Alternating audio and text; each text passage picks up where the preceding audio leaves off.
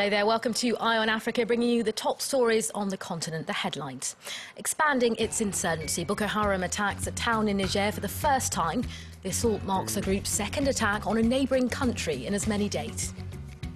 Barred from the next two tournaments, Morocco's banned for pulling out as host of the Africa Cup of Nations. Meanwhile, Equatorial Guinea's fined for violence and Tunisia is told to say sorry. We get the latest from the Confederation of African Football.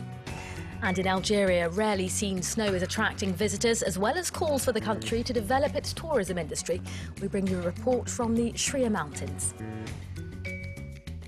But first to our top story, the Nigerian Islamist group Boko Haram expanded its insurgency on Friday, attacking a town in Niger for the first time. Sources say Niger and Chadian troops used warplanes and exchanged a heavy gunfire to repel militants in the town of Bosso. Situated in Niger's southeastern region of Diffa, it's part of the border area where Chad has deployed troops to help fight Boko Haram. Aurore Dupree reports. Fleeing Boko Haram. In this suburb of Yaoundé, nearly 1 in 3 people ran away from their villages to find refuge here. A few days ago, Islamist fighters crossed the Nigerian border and attacked the town of Fotokol. They killed nearly 100 people, razing mosques and churches, and warning of further bloodshed. Fearing for their lives, entire families were forced to abandon their homes. I saw 2 bodies with their heads cut off. We decided to flee with our children the following day, when we heard more gunfire. On Friday, Boko Haram launched an assault against another neighbouring country, Niger. The militants clashed with the army in the border town of Bosso, reportedly wounding several soldiers. Boko Haram has become a regional threat. For the past 6 years, it's been fighting to carve out an Islamic state. African leaders are currently working on a joint military plan to stop the insurgency and are urging the international community to help. We need the Western civilization to wake up. If they were sleeping, I am convinced that they know. But by focusing the mind only in what taking place in Iraq and Syria, and overlooking what is taking and disregarding what is looking here, we think that it is wrong. Chad has already deployed more than 2,000 troops in Cameroon, and on Monday, Niger's parliament is also expected to vote on whether to send military aid to Nigeria. This comes as the country is gearing up for the presidential election. The Electoral Commission insists the vote will take place on the 14th of February. Well, for more analysis on the situation in Niger, we can speak to France 24's Anna Cunningham. Anna, thanks for speaking to us. Has more information emerged about the attack on the town of Bosso? Well, the details have been fairly sparse. What we know was that it started at about 9 o'clock this morning. That's when residents were reportedly hearing heavy gunfire.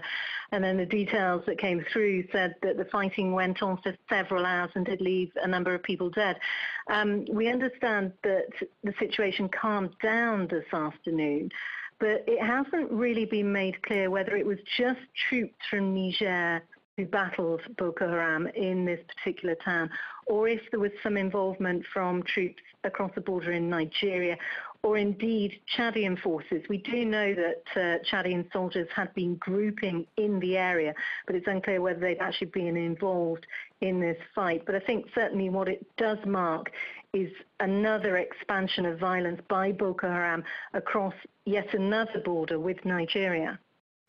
Now, Anna, this increase in violence comes a week before Nigeria's presidential elections. Can we realistically expect them to go ahead at this stage?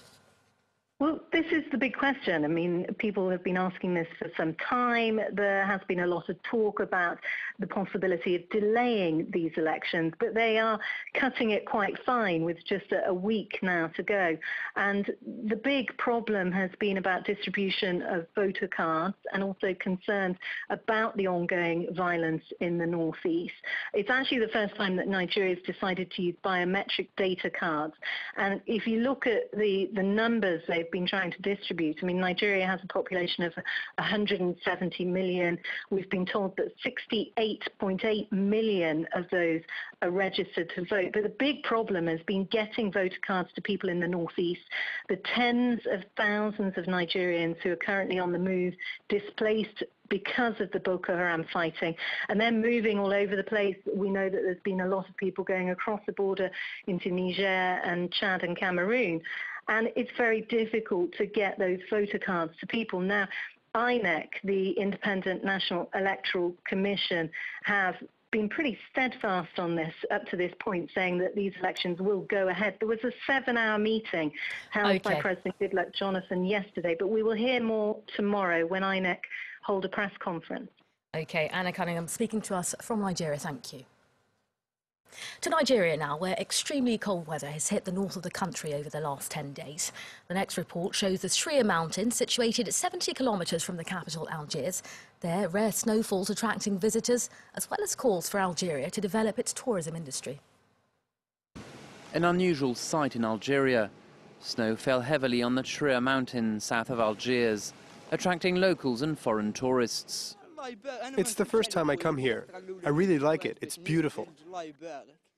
But some regretted the absence of touristic activities. There's a lack of means.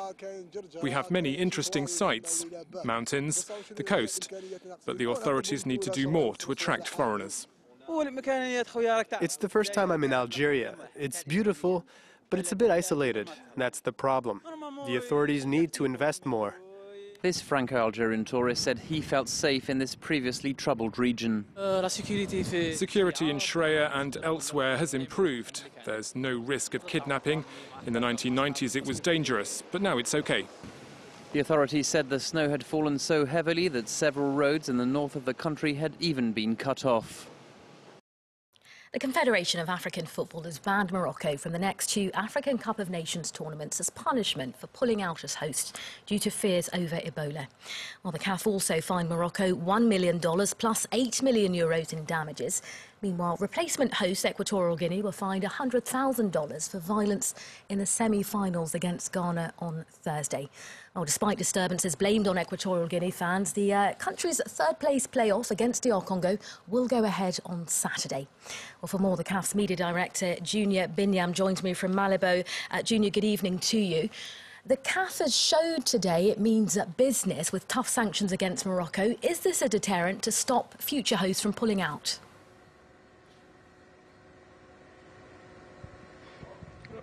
Can you repeat the question, please? So we're saying, Junior, here that there have been tough sanctions today against Morocco. Is this a deterrent to stop future hosts from pulling out?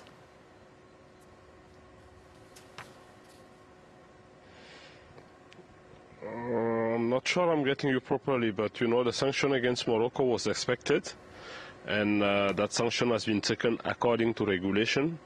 Because, as you know, in 1996, we were more or less in the same case with Nigeria. We decided to withdraw from AFCON 1996 in South Africa, and they were banned for 2 editions. So we're already having that decisions taken. The CAF president has said it in November. There is no way it could have been the other way around. But so we are in an exceptional case, with Morocco deciding not to host the tournament less than 2 months prior to the opening. And that has had some consequences financially. So on one hand, regulation has been applied, and on the other, it was worth to know exactly what was the cost of such a decision. Now, Junior, there was chaos on Thursday during the semi-final match against Ghana. What went wrong, and how can you safeguard against that happening in Sunday's final? I think what has happened against during the game between Equatorial Guinea and Ghana was something nobody is proud of. Nobody was expecting such an outcome. As you know, we have had an exciting tournament for the past 3 weeks. We're having stadium full, all the teams feeling like at home, and we're really disappointed by what happened yesterday. Thanks God, nothing tragic end up happening with what we have seen on our screens and on the stadium yesterday. But for the games on Saturday and the games on Sunday, notably the games in Malabo here tomorrow and the final in Batam on Sunday, there were several meetings today just to increase security measures and make sure that we won't have people who will come and spoil that party where all of us we are celebrating Africa. So I think measures have been taken and we won't have any more such a situation for the remaining 2 games. OK, Junior Binyam, the CAF's media director, thanks for speaking to France 24 this evening. Well, you're up to date. Your Africa team is back in about 45 minutes' time. Do join us then.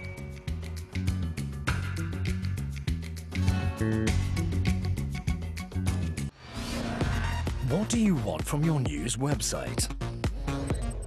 France24.com, giving you easier access to information and faster for a unique experience.